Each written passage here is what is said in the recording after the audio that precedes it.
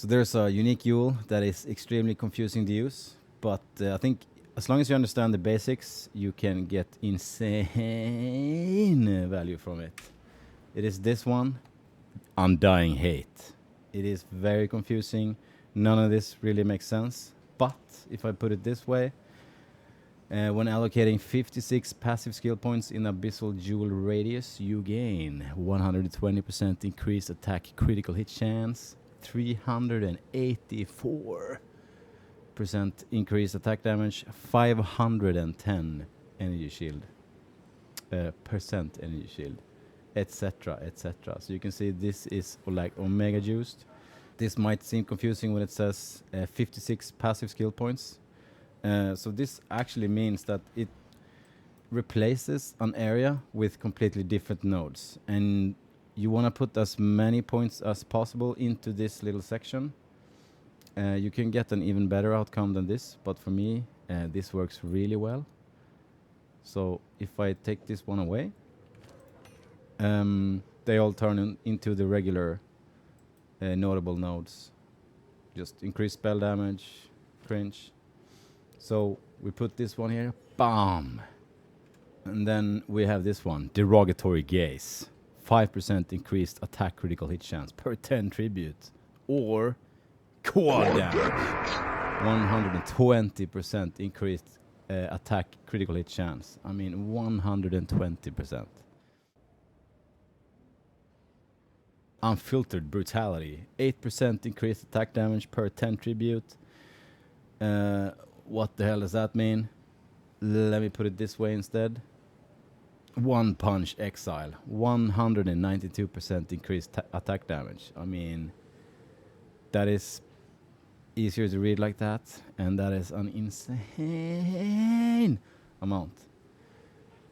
We have this one, Hollow Bones. Gain deflection rating equal to 2% of evasion rating per 25 tribute, and 2% decreased evasion rating per 10 tribute. Or Bullet Time. Gain deflection rating equal to 16% of evasion rating, 48% increased evasion rating. Easier to read, very, very nice. And then you have this one, Abyssal Conduit. 2% increased mana cost efficiency per 10 tribute. Let me do the math for you. And I call it skill maxing. 48% mana cost efficiency. That's bonkers. And lastly, Unreal Potential. 1% chance when you gain a charge to gain an additional charge per 10 tribute. Or On the House. 24% chance when you gain a charge to gain an additional charge. And then we have my favorite one. Since I'm playing hardcore, I do like my ES. Ancient Bastion. 4% increased maximum energy shield per 10 tribute. Or if I do the math, it's this one, 96% increased maximum energy shield. That is absolutely insane. So every Ancient Bastion node gives me 96% increased maximum energy shield. That is why you see this huge increase in energy shield that I have on this Abyssal Jewel. I'm just gonna put a bunch of them up on the screen here so you can read a little bit more. Feel free to pause the video here to just go through these ones. Some of them are extremely good, and some of them are extremely specific to specific builds. So there's a lot of variety on these ones. Alright, but going back to the image I showed you before, when allocating 56 passive skill points in Abyssal Jewel radius, you gain attack crit, attack damage, energy shield, evasion, mana cost, deflection rating, gain a charge, etc., etc.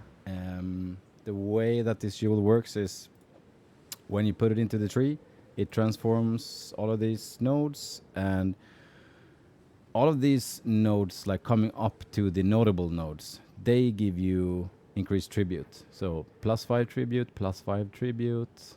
Attribute passive skill points, they also give you some tribute. So the more of these nodes that you pick, the more tribute you're gonna have.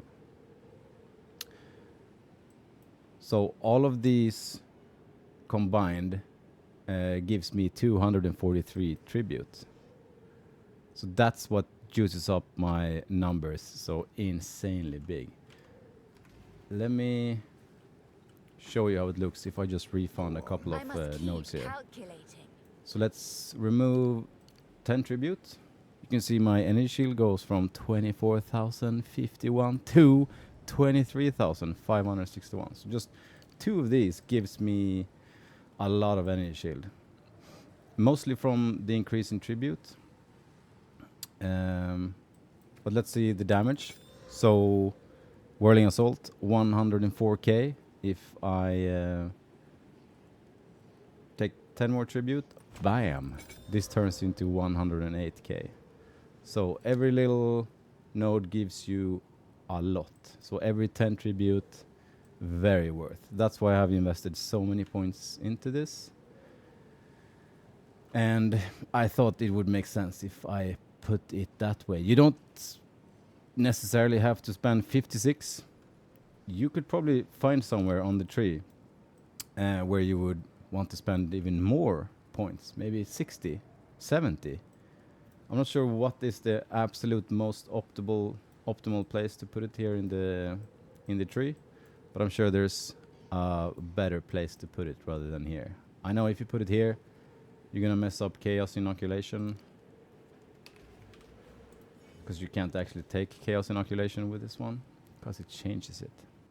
You can see that there's a downside in some of these. So Ancient Bastion also reduces your energy shield recharge rate per 25 tribute. It kind of makes up for it. The increment in the energy shield kind of makes up for the reduction in recharge rate. So I wouldn't worry about this one. And then you have this one, Unfiltered Brutality. 8% increased attack damage per 10 tribute, but also the downside of 1% increased damage taken per 10 tribute. So that's not great. This is the modifier you can see here. I have 2 of these, which makes my attack go cray-cray, but also damage taken modifier plus 48%. It's kind of hard to notice if you have this amount of ES. I mean, in battle, I have probably 30k. So it's a little bit hard to notice, not gonna lie. Then you have, going back to this one, Derogatory Gaze, the increment in attack critical hit chance, but it also reduces your accuracy rating. Easily made up for by using this Precision Spirit Gem. So if we look at my Whirling Assault, we can see with this Spirit Gem, I have 100% at 4.5 meters. If I remove this, I'm at 94. Doesn't really matter too much, but definitely want that to keep that at 100. So use this one, or maybe one piece of your gear should have accuracy rating to make up for it. The mana cost efficiency, for example, allows me to do 1 extra Whirling Assault, and you know, Whirling Assault takes a lot of mana, but as you can see here, didn't really look at it like it costed anything since it's overflowing, but it pretty much allows me to do at least 1 extra Whirling Assault. So I could do that a bunch of times, and the Whirling Assault is actually level 29. Most people go after, I'm not gonna say most people, but a lot of people go after like maybe 1 or 2 Whirling Assaults. And with Mana Leech, you know, this mana efficiency is extremely good, and solving this mana problem this easily is extremely good. Like 1, 2, 3, 4, and almost 5. If I had slightly more mana, that's 5 Whirling Assaults. Now let's try without. Full mana, bum, and I'm almost completely after 2. Alright, so that was a lot of information. Hope that was useful for you. One very important thing though that I didn't mention is how you actually get to this state. There's a seed system that PoE uses. So this glorifying the defilement of 16,051. So this is the seed number. If you have this exact seed number, this node would become, or this area or radius would become the one that you're seeing. So you just have to keep using divine orbs to get different seeds, and then try different jewel slots to get to a good state. But if you would like to see a video of this, leave a comment. I could definitely make a separate video just going through how to properly craft one of these jewels. It's not that hard. It's not that hard, and it's not expensive either. You just need some patience, some divine orbs, and that's it. Thank you so much for watching. If you did like this video, if you thought it was useful, please give it a like. It's very appreciated, letting me know if I should keep making these videos or not. This took me quite a bit of time to just understand the jewel itself and then try to explain it. It's a very hard jewel to explain. It's definitely the most confusing system that they've come up with. I think it's a really good system though, and I'm not sure how they would make it less confusing. But I do understand why a lot of people sleep on this jewel. It's super confusing to begin with. So maybe they should have made a better intro to the jewel, because when it just drops, I don't know, it's very confusing. I love it though. It was very fun to make this video, and this jewel is amazing. I'm looking forward to the next league to get a supercharged build very quickly.